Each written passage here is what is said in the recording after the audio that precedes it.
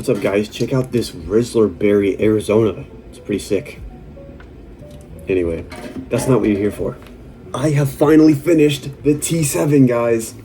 It's pretty much ready to go.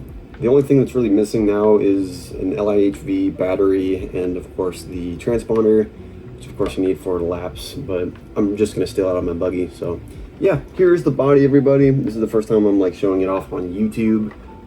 Let me get it off. Also, just to give the man a shout out again, this was made by RC Design, so if you want something that looks like this, go hit him up. Link in the description. Alright, so T7, time to give y'all a tour. I know this video took a while to make, but I was really just waiting on the body to get done just so I could actually show off something that looked cool. Not that this thing isn't cool, it's just I wanted to have a nice little body on it. But yeah, tires, got the, I can't remember what these are called.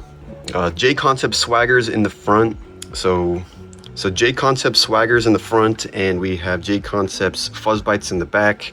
I've seen a lot of people run these Swaggers recently, so I figured that I would get these instead of another pair of the Fuzz Bites. It's pretty much the same motor system as I had previously in the B7. It's just now in here, just because I hear a lot of people use the just stock 17.5 system for stadium truck.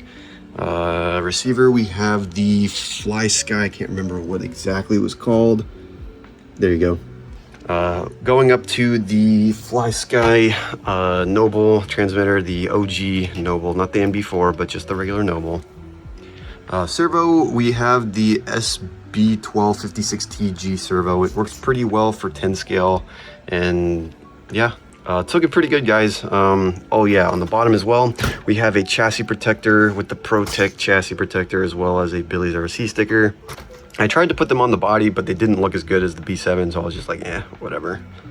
It took, I can't really remember how long it took to build, but I definitely built it like over time just because I was waiting on the body again. But yeah, it's pretty much ready to hit the track, guys. Again, like I said before, the only thing it's really missing is a transponder, but once I get that in there, it can finally count laps.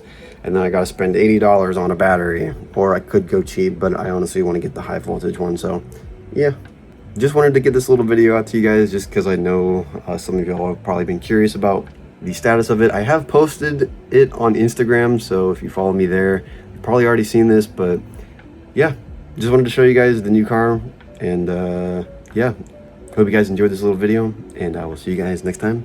Bye.